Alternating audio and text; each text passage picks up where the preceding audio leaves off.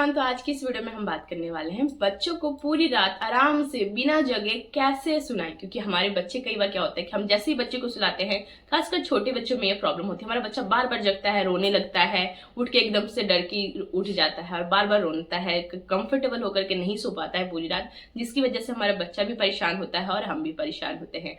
तो आज की इस वीडियो में कुछ ऐसे टिप्स आप लोगों के साथ शेयर करने वाली हूँ। अगर आपने इन टिप्स को फॉलो किया ना तो आपको बच्चा पूरी रात आराम से सोएगा। मैं अपने दोनों बच्चों के एक्सपीरियंस के थ्रू आपके आज की इस वीडियो में आप लोगों के साथ कुछ टिप्स शेयर करने वाली हूँ। तो उम्मीद है कि आज की वीडियो आपके लिए यूजफुल रहेगी। यूजफुल रहे तो प्लीज वीडियो को लाइक एंड चैनल को सब्सक्राइब करके बेल आइकन दबाना बिल्कुल मत भूलिएगा मेरे आने वाली वीडियोस के नोटिफिकेशन के लिए। और इस वीडियो से रिलेटेड या बेबी केयर से रिलेटेड कोई भी क्वेश्चन हो तो आप मुझे नीचे कमेंट्स बॉक्स में कमेंट करके पूछ सकते हैं। तो चलिए फ्रेंड्स, वीडियो को करते हैं स्टार्ट। देखिए, अगर आप चाहते हैं कि आपका बच्चा पूरी रात आराम से सोए ना, तो उसके लिए कुछ नियम आपको पहले अपनाने होंगे। कुछ नियम हैं जो आपको लागू करने होंगे।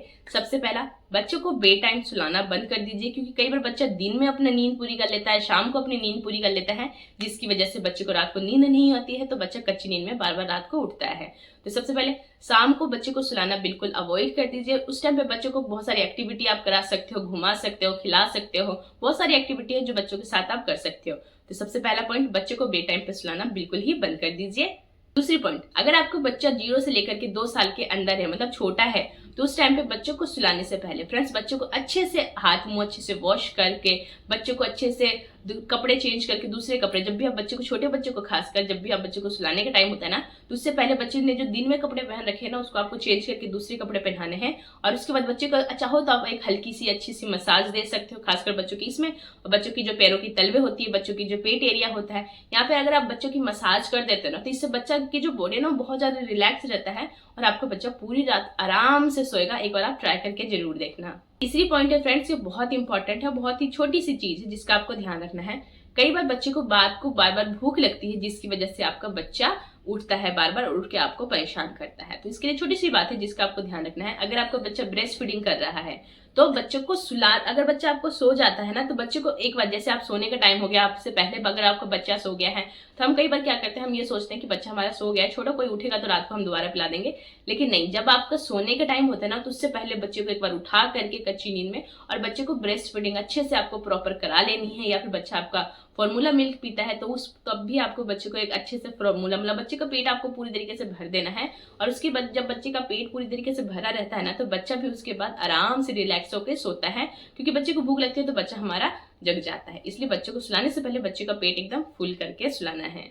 चौथी चीज, बच्चों को सुलाने से पहले बच्चों को डायपर हमेशा चेक कर लेना। क्योंकि कई बार बच्चे को ईचिंग वगैरह हो रही होती है, खुजली वगैरह हो रही होती है, बच्चे का डायपर बहुत ज्यादा ओवरफ्लो हो जाता है, जिसकी वजह से अभी आपका बच्चा बार बार रात को जगता है। तो बच्चा अगर आपका सो जाता है तो उस टाइम पे भी जब आपका सोने का टाइम होता है, तो उससे पहले आप अपने बच्चे को अच्छे से, जो प्राइवेट एरिया है वहां पे अच्छे से ड्राई करके, मॉइस्चराइज करके, उसके बाद बच्चे को डायपर यूज कीजिए। और तब आप देखिएगा, अगर आप बच्चे को मॉइस्चराइज करके प्राइवेट एरिया में, उसके बाद अगर आप बच्चे को डायपर पहनाते हो ना, तो बच्चों को ईचिंग या खुजली जैसी प्रॉब्लम्स नहीं होती है। कई बार ईचिंग और खुजली की वजह से भी बच्चा आपका रात भर डिस्टर्ब होता है। तो आप बच्चे को सुलाने से पहले डायपर चेक करके जरूर सुलाइएगा। ये भी एक बहुत महत्वपूर्ण कारण होता है बच्चों को रात को बार बार जगने का। कई बार क्या होता है, बच्चों के अकॉर्डिंग बच्चे का टेम्परेचर सेट नहीं होता है। मान लीजिए आपका बच्चा, छोटे बच्चे हैं, खासकर छोटे बच्चे में बहुत प्रॉब्लम होती है कि बच्चे ढकते नहीं है। मेरे दोनों बच्चे हैं, आज तक कोई भी ढकता नहीं है, रात को बार बार उठ उठ के उनको ढकना पड़ता है।